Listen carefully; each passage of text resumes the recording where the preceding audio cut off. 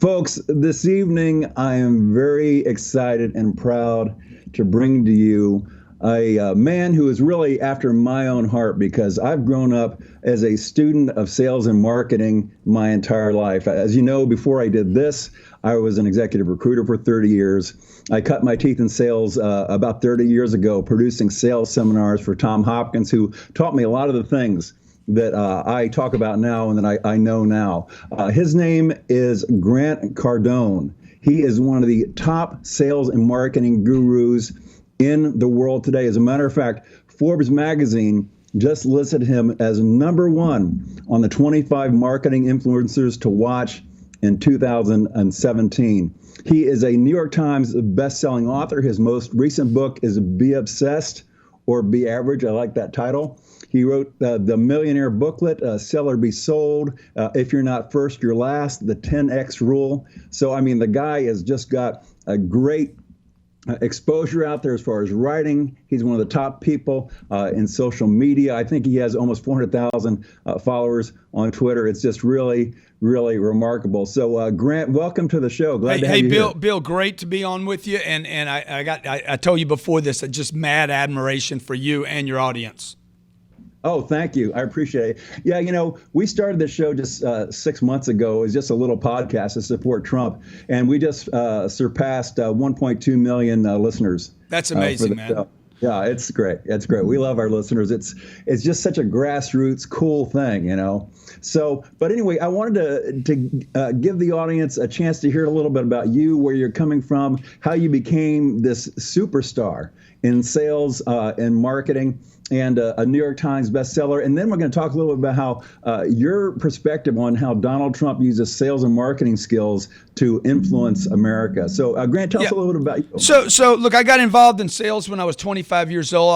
I lived in Louisiana. I actually hated sales. I hated everything about it. I went to college, got a degree in accounting, and got out of college and couldn't get a job. And my dad died when I was 10, so my uncle said, look, get a sales job. In sales, you can always get a job. And I'm like, I didn't go to college to be a salesman, right?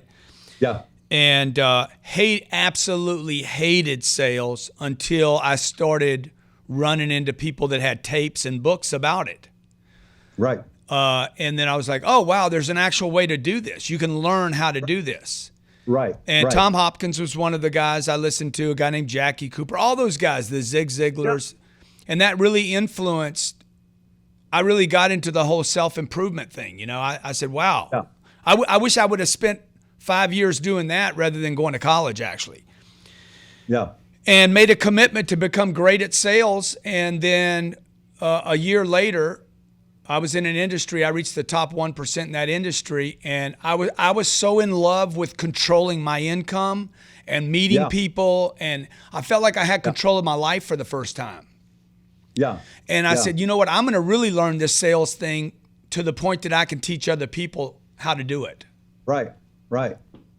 Yeah, that's really amazing. And this is what impacted me too, because I was also an accounting major in school, small world, and went to University of Maryland and got out. And I was doing accounting for a big CPA firm for Arthur Andersen at the time.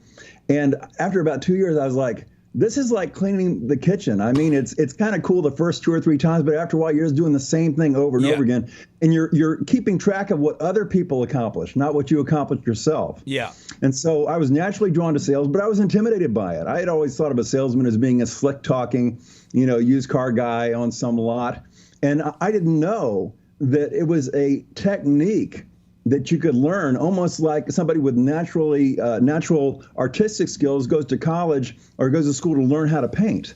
It's very, very similar. There's structure to a good totally. And Bill, one of the things that got me interested in the space was that it really hadn't changed in the last, the Zig Ziglars, Brian Tracy, Tom Hopkins. When I looked at those guys who influenced me a great deal, I was like, but they hadn't changed anything in a long time. And I could see the influence of the internet coming and social media, and I'm like, I'm going to change this space. So today, like the one thing that I'm known for, and I think that has really elevated me, is that we've really revamped what selling is for the 21st century, shortened the process, much more transparent, very authentic. I don't use any tricks. No personality profiling. We answer people's questions. And I mean, I've worked with Google, Facebook, some of the biggest companies on the planet, Ashley Furniture, to revamp how they handle a customer, whether it's on the phone or in their retail outlet or over the internet. Yeah, it's amazing. I tell you, Grant, the whole new media idea. Yeah. And I on Twitter the other day, I was just saying thanks to the old media. You know, I don't call them fake news. I call them baked news. Yeah, because they sort of make everything up, you know, and cook it in the oven and serve it to us. And I was just thanking them for being so bad at what they do, because it's creating an opening for guys like me in new media, and to have this show and to have my Twitter profile. I mean, I've got about 165,000 followers or so now, but on election night, that 24-hour period on election night, just my little Twitter feed had 88 million hits. Wow. On That's amazing, dude. Well, look, the media is lazy. The media is very similar to salespeople because they're lazy. Salespeople can be lazy. You know, the slick guy that you talked about at the car dealership, he's basically a lazy salesperson that is not a professional at all, because slick is not attractive, right? And, no, not. And for instance, the Russian thing, right? The Russians hacking the election, that's just lazy reporting. The reality is, anybody that says the Russians hacked and controlled the election is dismissing the fact that the American people stood up and said, dude, I'm done. I'm done with the old politics. I'm done with the Bush era. I'm done with the Clinton era. I'm done with the old way. People want new things and new ideas today, and that's what makes guys like you and me that are transparent, authentic, say what we want, don't have a filter. That's going to be the new rage. Yeah, absolutely. You know, the Clinton brand was just worn out. People were tired of it. And here's the thing. If you look historically, over the past 6 elections where you've had a 2-term president and they're looking for their party to take the White House again, that's what we call a third term. So Hillary would have been a third term for Obama. Over the last 6 times we've had a chance to do that, it's failed 5 times. Only one time where Bush took over after Reagan. Yeah. And one of the reasons why that was possible was nobody really wanted Bush. They just wanted a third term of Reagan, and they couldn't have him. So they're like, well, Bush is the next best thing. Right, right. And Reagan won re-election in a bigger landslide than his original election. But Obama's re-election, he actually got fewer votes than his original election. That was the first time in history that had ever happened. So America was already tired of this brand. They were tired of the liberal brand. They were tired of the Obama brand, tired of the Hillary brand. Historically, it would have been almost impossible for Hillary to win. But Donald Trump just needed to convince America, those 15% of the people who couldn't decide, that he was a reasonable choice for commander-in-chief. Well, look, this is very similar, Bill, to business, okay? Look, the marketplace is going to send money to whoever gets the most attention and delivers the best product. And in the beginning, we don't know if Trump's going to deliver or not. If he doesn't deliver, the same people that put him in office will drag him down the street and throw him in a ditch.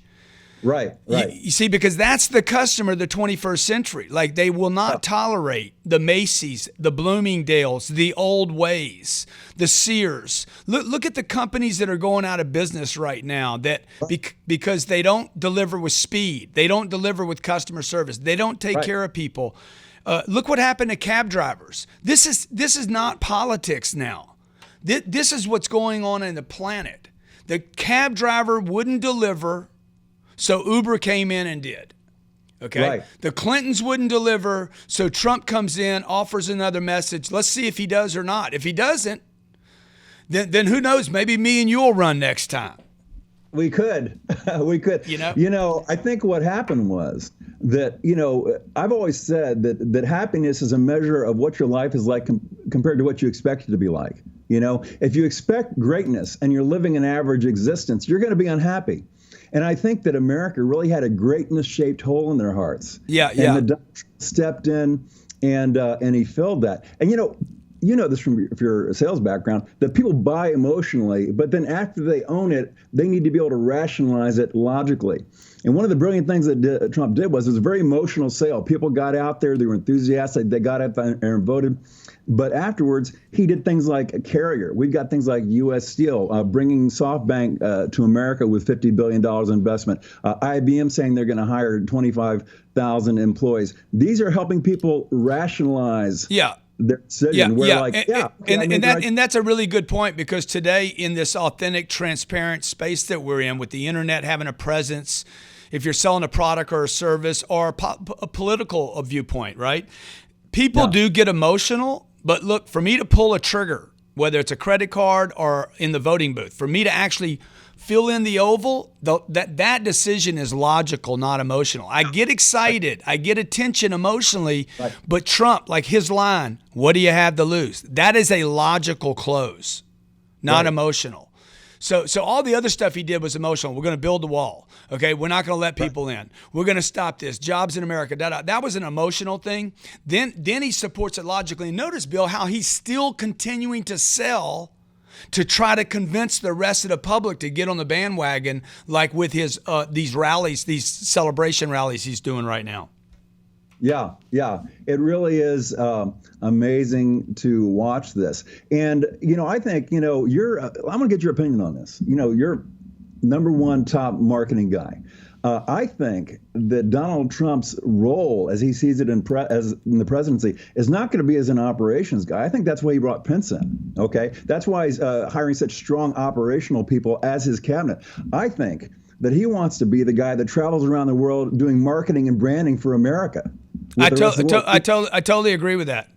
He's a promo guy. See, people don't understand this, because the American public has been taught by their mommy and daddies from the middle, particularly from the 50s to the year 2000. Yeah. The old generation, my mom and dad, said, don't get too much attention. Fly under the radar. Don't talk to strangers. Don't promote yourself.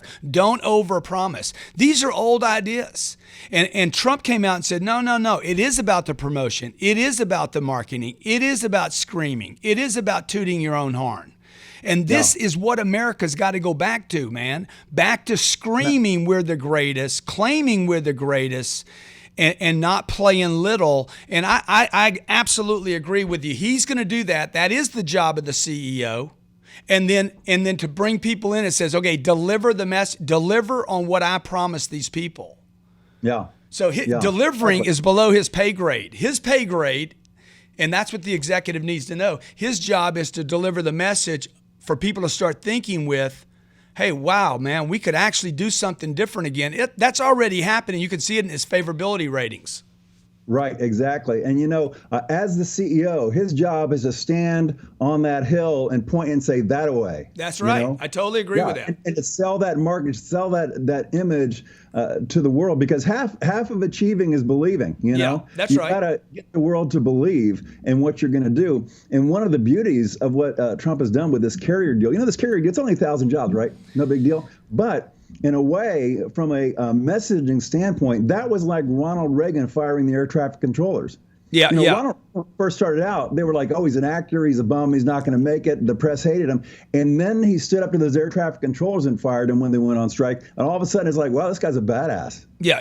Well, look, you got to sell today. Okay. Anybody that thinks they don't need to sell, you got to sell today, which means it means you got to promote, you got to market, you got to get known. Money follows attention. If you don't get attention, you will not have power and money. Your company can't grow if you stay small. 64% of 28 million small businesses in America break even or lose money. They break even or lose money because they do not know how to promote and market. Henry Ford said this years ago. Look, man, don't worry about spending money on advertising. Worry about not making sales. And so whatever your product is, your service is, your company is, or your brand is today, particularly with the internet, man, you got to scream. You got to scream today to get anybody to know anything that about what you're doing. And look, the guy's a master marketing guy. Master. He's been doing it. I don't know if you remember this from Tom Hopkins, but the 4 levels of competence. Unconscious incompetence, conscious competence, conscious or the conscious incompetence, conscious competence, and then unconscious competence. Donald Trump has been doing this so many times and had so many deals for 4 decades now, 5 decades now, that so many of these things that we look at as brilliant. It's like, wow, he's playing 4D chess. How did he think of that? I don't think he even thinks about it. No. I think it's just a reflexive thing, that he's just naturally a strategic guy. And that's why, he's got an image of it in his mind, a picture in his mind of a great America, right? And all these pieces that he puts in, the various cabinet members and so on and so forth, the media freaks out. They're like, I don't understand this piece. I don't understand this piece. But they don't understand that piece makes sense when you put it together with all the other pieces. Yeah. And this is what he's doing.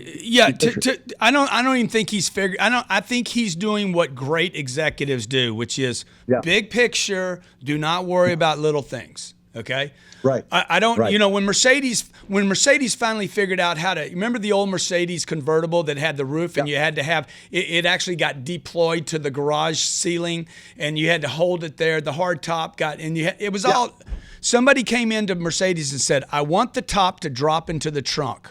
And they're like, that's impossible. Not with money, it's not impossible. Figure it out. Your job's to figure out how to make that freaking roof go into the trunk of the car with a punch of a button. I don't care what it costs. Same thing Kennedy did. We're going to the moon. You don't worry about mechanics. You worry about the big thing, and that is who changes the world. By the way, one other thing, Bill, I just want to tell you. I guarantee you Howard Schultz from Starbucks is going to run against Trump in 4 years. I think so. Last week he dropped out of Starbucks. He's getting his run ready right now to go against him. Wow. Well, good luck to him, because I think he's going to need it. I think that in Michigan, Wisconsin, and Pennsylvania, Trump broke the blue wall. Yeah. And I'm very involved in urban renewal. One of my good friends, Bill Pulte, you might know him, from the Pulte real estate family. Yeah, he's very involved in urban renewal, and he's a good friend of mine, and we're really spearheading an effort to make that a big deal in this next 4 years. And to us, that's the last blue wall. Yeah. If Trump can show people in the inner cities that they have hope and they can actually see real change, not just talk. Yeah. Then it can look. It can really... any way I can help you guys do that. I created a book called the Millionaire Booklet for inner city kids. It's a 40-page book. It's a tiny little booklet. Wonderful. And it's about how to teach kids how to become millionaires, because that will get an inner city kid's attention. Well, maybe you and I and Bill can do a conference call together. Dude, I'd love to do that. Okay. Absolutely, I'm sure. Because look, it's going to take more than Donald Trump to make America great again. It's going to take all of us jumping in and saying, let's make it great again. I mean, the fact that people are even talking about that, say, let's make America great again. Let's return to something unbelievable. That by itself is a worthy goal. Yeah, fantastic. Well, I tell you, Grant, one of the things that you've said in your your YouTubes and so on and so forth is, don't just think big, think massive. Yeah. And I like that. One of the things that I did in my Twitter account that really put me on the map was that I saw structurally and historically that Donald Trump was going to win this election. And we had all these polls coming out that Hillary's ahead by 10, 12 points. I'm like, I said, and I about 8 months ago, I guaranteed, I put my entire reputation on the line. I guarantee that Donald Trump is going to win this election 100%. And the fact, here's the thing. If you go in all in, or you hedge your bet, if you lose, you still lost. Yeah, but if you win, I'll never forget you. I went massive, and it really has worked out. I mean, I'm a big believer in that. Yeah. Yeah, I think people are too conservative, I think this is a thing that's holding back the middle class in America. 76% of Americans live paycheck to paycheck. Terrible. In the richest country on the planet. I mean, 3 out of 4 people don't have any money left at the end of the month. Now, that's not just a political issue. That's an issue that's affecting too many people for it to be a Democrat or a Republican issue. I mean, that's a real condition that's taking place in America. We always talk about inner city. We talk about poverty. We talk about people on the dole. The reality is, man, it's the middle class that's really being overlooked in this country. They don't have any money to save. They can't invest any money in the stock market. There's no way to create prosperity. So there's got to be a change in thinking, not just with one guy or Donald and Bill Mitchell, but the entirety of America needs to start taking responsibility for making their lives great again and America great again.